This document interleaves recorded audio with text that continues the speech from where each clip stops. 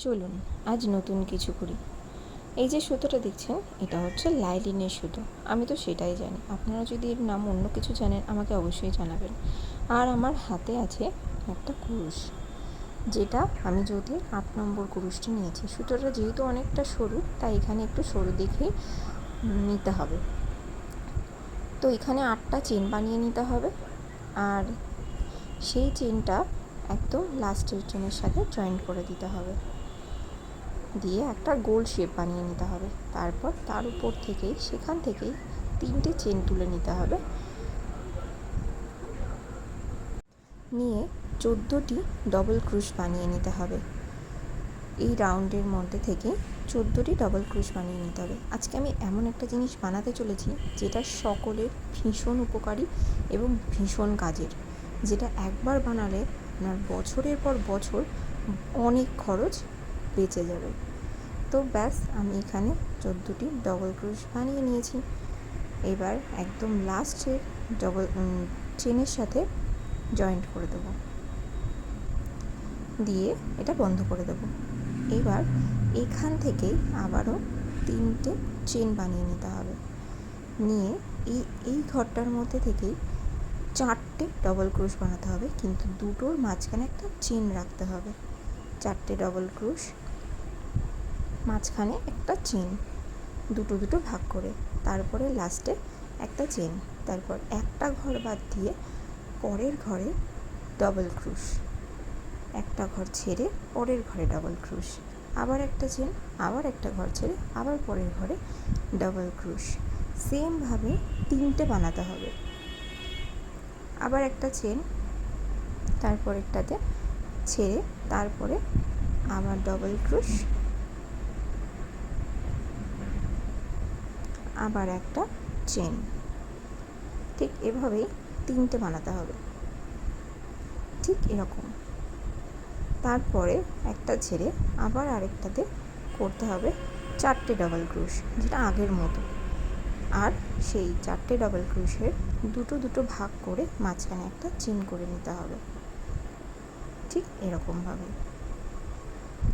আবার ডবল ক্রুশ,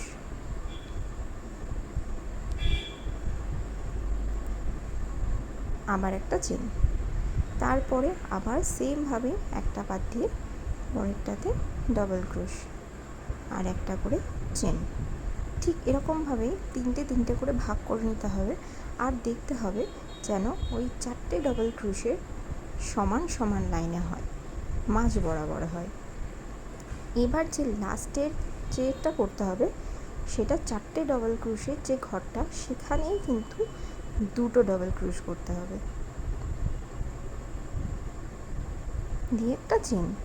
ব্যাস, এই রাউন্ডটা কমপ্লিট হয়ে গেল। তারপরে এই 4টে ডবল ক্রুশের মাঝখানে যে চেনটা ছিল, সেখান থেকেই আবারও 4টে ডবল ক্রুশ করে নিতে হবে, মাঝখানে একটা চেন, দুটো দুটো ভাগ করে।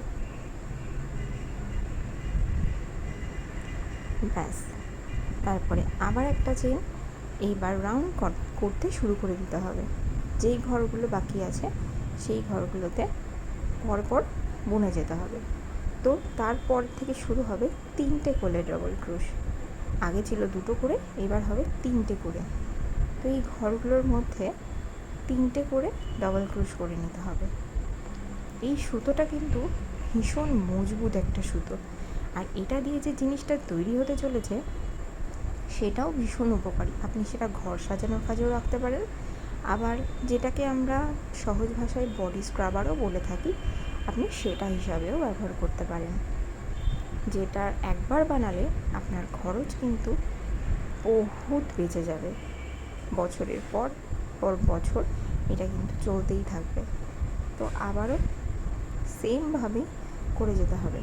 দুটো ডবল ক্রুশের মাঝখানের ঘরটাতে 3টে করে ডবল ক্রুশ করে নিতে হবে, আর একটা করে চেন রাখতে হবে। ঠিক এই রকমভাবেই বুনে যেতে হবে যতটা আপনি বড় চান। আমি এখানে মোটামুটি একটা আমার আন্দাজ মতো অনেকটা করেছি। কারোর যদি এর থেকেও বেশি প্রয়োজন মনে হয় তাহলে সেটাও করতেই পারে। ঠিক এভাবেই প্রত্যেকটা ঘরে 3টে করে ডবল ক্রোশ করতে হবে। প্রথমে 2টো করে ছিল, কিন্তু এরপর থেকে 3টে করে ডবল ক্রোশ করে নিতে হবে প্রত্যেকটা ঘরে, আর একটা করে চেন। এটা ভীষণই সহজ আর ভীষণই মজারও। এখানে একটা জিনিস খেয়াল রাখতে হবে, যে সুতোটা কাটা হচ্ছে তার মাথায় একটু আগুন দিয়ে মাথাটাকে বন্ধ করে দিতে হবে, তাহলে সুতোটা আর খুলবে না। তো এভাবেই কন্টিনিউ বুনে যেতে হবে। মাঝখানে 4টে করে ডবল ক্রোশ, আর তার 2টো ভাগ করে মাঝখানে একটা করে চেন থাকবে, আর পরেরগুলোতে 3টে করে ডবল ক্রোশ থাকবে আর একটা করে চেন থাকবে। আর দেখতে হবে যেন 4টে ডবল ক্রোশটা একদম মাঝ বরাবর পড়ে, যেটা 2টো ভাগ হয়ে যাবে। নেক্সট টাইম না, এটা দেখতে অনেকটা টুপির মতো হবে দেখতে। তো এই আমি এখানে 17টা লাইন করে নিয়েছি। আমার এরকম সাইজটাই ঠিকঠাক মনে হয়েছে, কারোর যদি এর থেকে বড় লাগে তো সে সেটাও করে নিতে পারে, কোনো অসুবিধা নেই। আমি এখানে কিন্তু 17টা লাইন করে নিয়েছি। এবার ঘরটাকে ছোট করার পালা।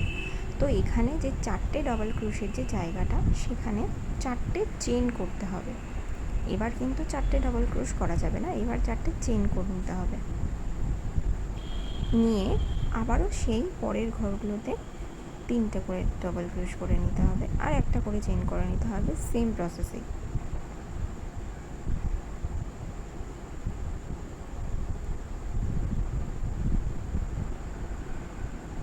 গোটাটাই করতে হবে, একটা বাদ দিলে চলবে না। আমি দুপাশেই কমপ্লিট করে ফেলেছি। 4টে করে চেন, 4 ডবল ক্রোশের ওখানে, আর পরের ঘরগুলোতে 3টে করে। ব্যাস এইভাবেই করে যেতে হবে। আর আমি কিন্তু এখানে কন্টিনিউ এভাবে বুনে যেতে হবে, একটা করে চেন রেখে 3টে করে ডবল ক্রোশ। এবার আস্তে আস্তে ঘরটা ছোট হয়ে আসবে এবং শেষ পর্যন্ত কমপ্লিট হবে। ব্যাস এরকম দেখতে হবে কিছুটা। এখানে আমি কিন্তু 11টা চেন করে নিয়েছি।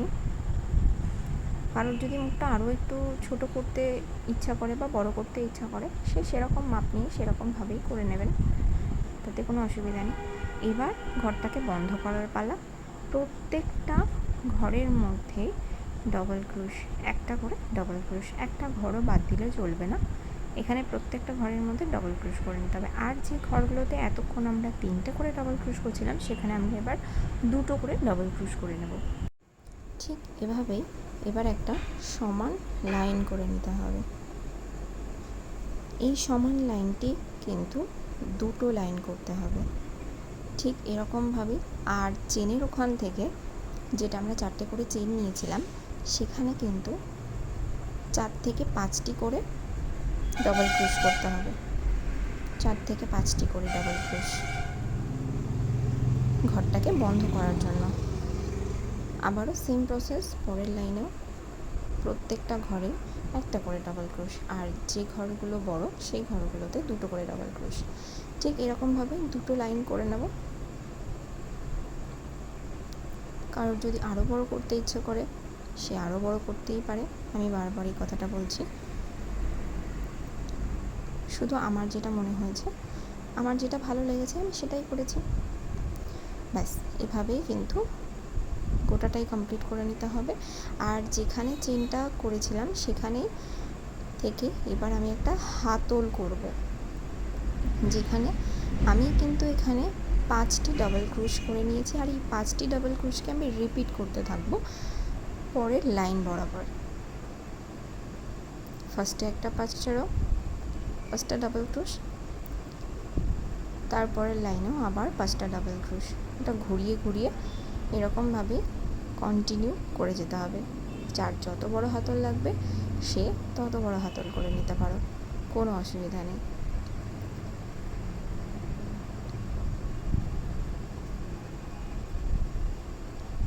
ঠিক এরকম দেখতে হবে, প্রত্যেকটা ঘরে একটা করে ডবল ক্রোশ। আর একদম লাস্টে গিয়ে কিন্তু একটা করে চেন অবশ্যই করে নেবে, না হলে কিন্তু ঘরগুলো ছোট ছোট হয়ে যাবে। ঠিক এরকমভাবে লাস্টের ঘরটা করে একটা করে চেন করে নেবে।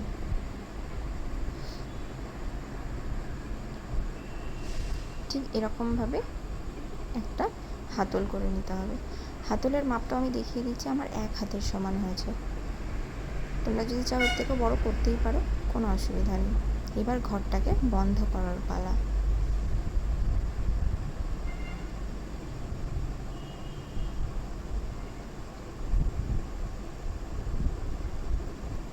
তো এখানে আমি কিন্তু পরের লাইনের যে চেনের সমানে যে জায়গাটা, সেখান থেকেই আবার ঘরটাকে বন্ধ করছি। প্রত্যেকটা ঘরের মধ্যে থেকে ক্রুশটা ঢুকিয়ে সুতোটা নিয়ে এসে একটা করে চেন করে নিতে হবে। ব্যাস, এভাবেই ঘরটা বন্ধ হয়ে যাবে। তারপর যথারীতি সুতোটা কেটে দেবে।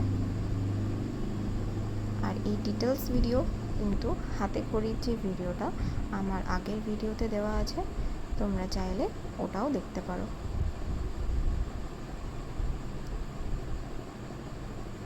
জিনিসটা এরকম দেখতে হয়, কত সুন্দর না? আর এটা কিন্তু বডি স্ক্রাবার হিসাবে ভীষণ উপকারী। কেউ যদি ঘর সাজাতে ব্যবহার করতে চাও, সেও সেটা করতেই পারো।